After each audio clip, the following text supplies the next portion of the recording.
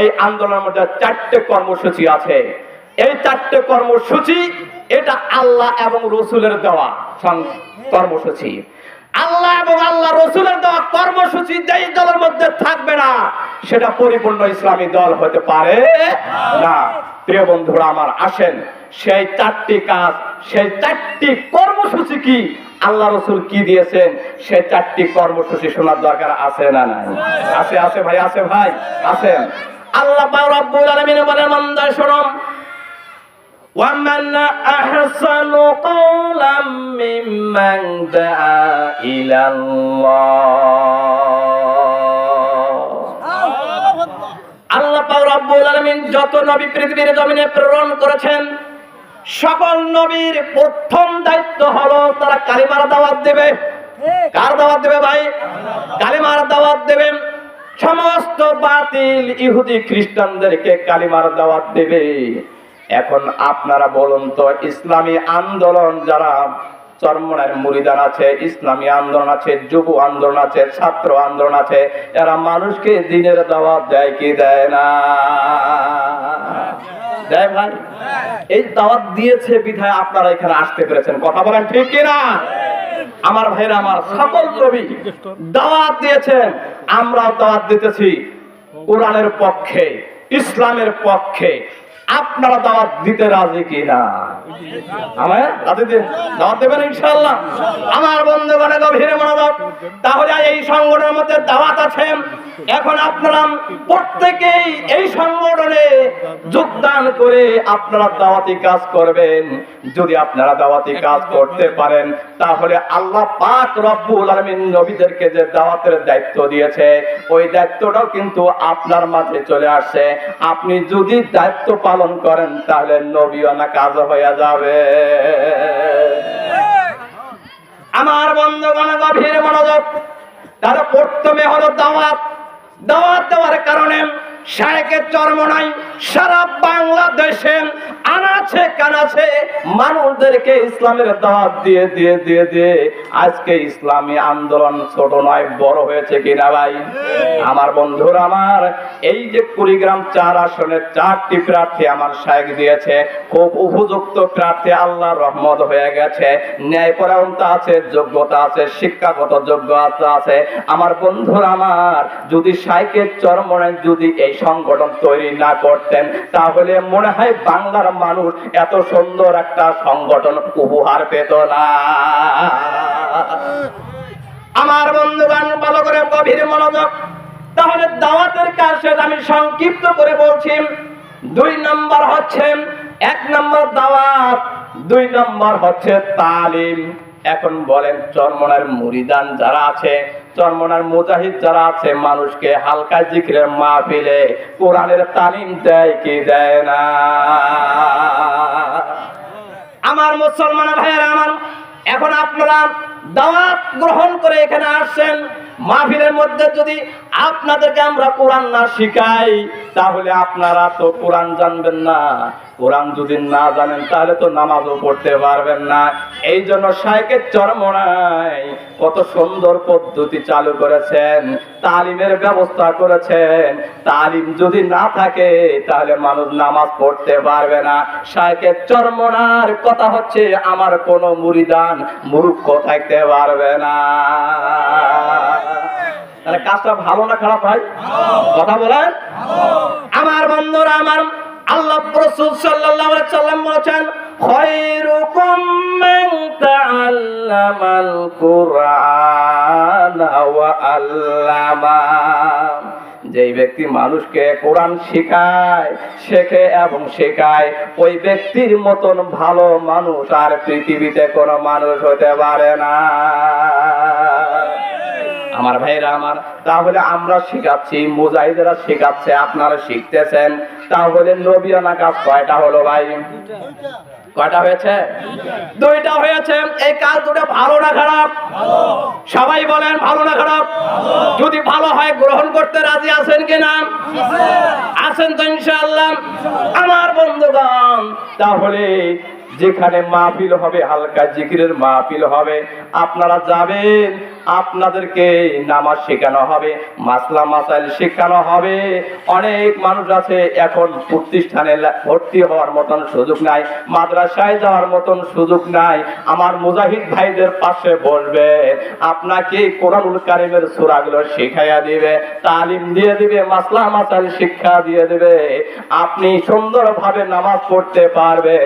এমন এমন মাওলানা আছে আপনাদের কাছে মাসলার দিক থেকে হেরে যাবে। কথা বলেন, কথা বলেন।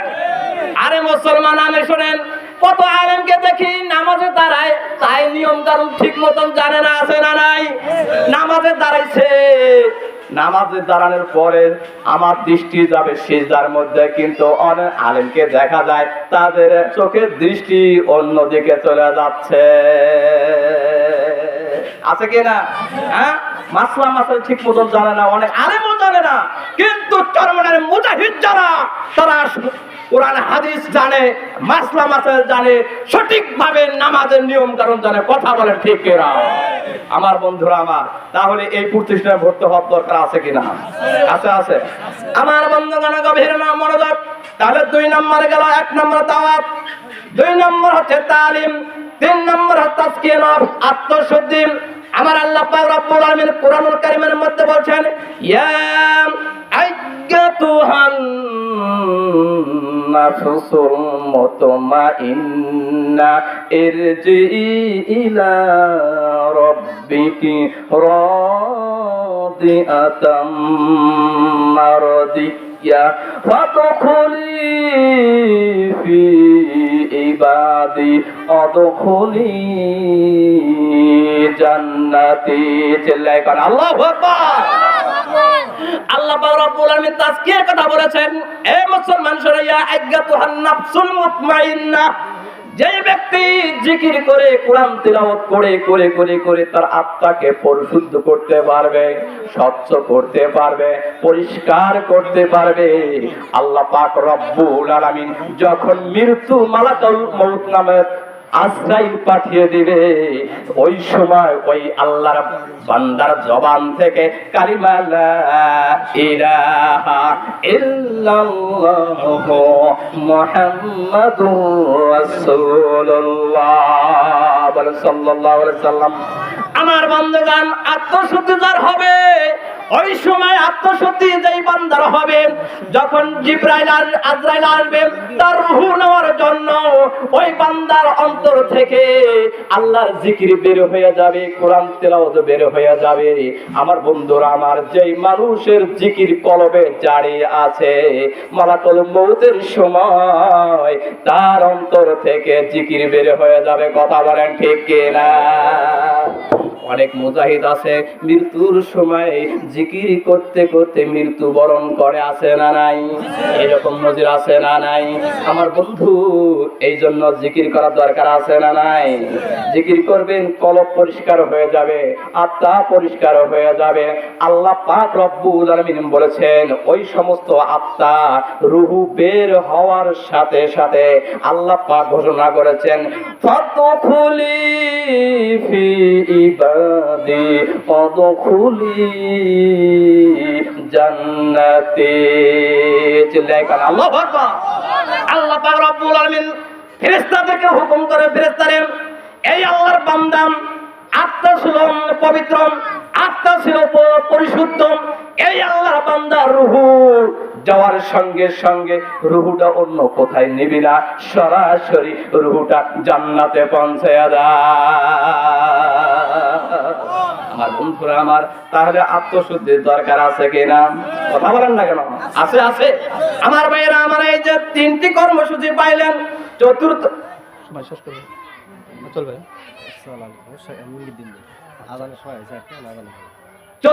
নম্বর কর্মসূচি আল্লাহ রাসূল সাল্লাল্লাহু আলাইহি সাল্লাম দিয়েছেন।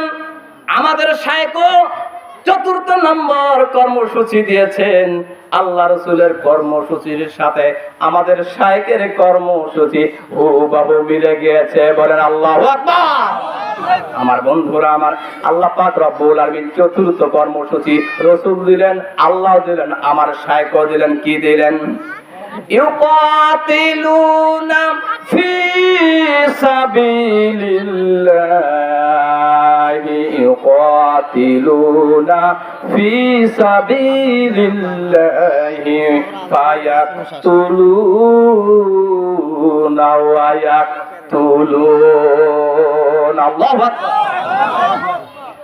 আল্লাহ পাক রব্বুল আলামিন সূরা তাওবার 111 নম্বর আয়াতে বলছেন যে দুনিয়ার মানুষ যখন কোন বাতিল শক্তি, যখন ইহুদি এবং নাসারা, খ্রিস্টানেরা, বামপন্থীরা যখন তোমাদেরকে বাধাগ্রস্ত করবেন, দিন প্রচার করতে বাধা দিয়ে দিবে, তোমাদের উপর আক্রমণ করবে, তোমাদেরকে হেনস্থা করবে, দিন থেকে সরানোর জন্য ষড়যন্ত্র করবে, ওই সময় তোমরা ৪র্থ নম্বর কর্মসূচিতে বাস্তবায়ন করিও।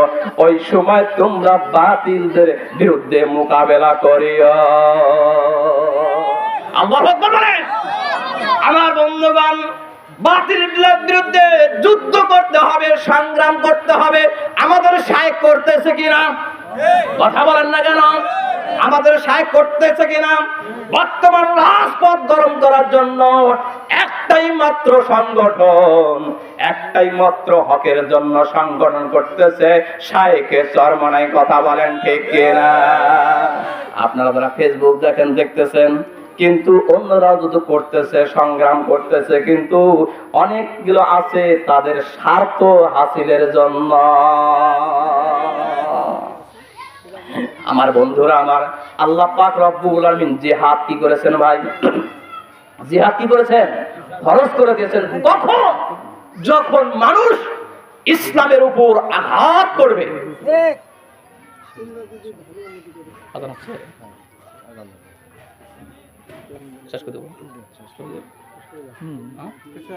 যেহেতু আজান হচ্ছে ভাই, এখন আর আলোচনা করার সুযোগ নেই। তো আমি যেগুলো কথাগুলো বললাম, 4টে কর্মসূচি, বুঝতে পেরেছেন তো ইনশাআল্লাহ? হ্যাঁ, ইনশাআল্লাহ ইসলামী আন্দোলনে আপনারা থাকবেন মরণ পর্যন্ত। ইসলামী হুকুমত কায়েম করার জন্য চেষ্টা করবেন মরণ পর্যন্ত। এই সংগঠনের সাথে থেকে মরণ পর্যন্ত এই সংগঠনের কাজ চালিয়ে যাবেন। এরকম নিয়ত করা যায় কি যায় না ভাই? যায় কি যায় না? আল্লাহ রহমতে আপনারা সবাই নিয়ত করেন তো আল্লাহু আকবার বলেন। আল্লাহু আকবার। আল্লাহ পাক রব্বুল আলামিন আমাদের এই যুবক ভাইদেরকে, মুরব্বী বাবাজিদেরকে ইসলামের জন্য কবুল করে নেন। জোরে কোন আমিন। আমার তৌফিক ইল্লা বিল্লাহ। আসসালামু আলাইকুম ওয়া রাহমাতুল্লাহি ওয়া বারাকাতুহু।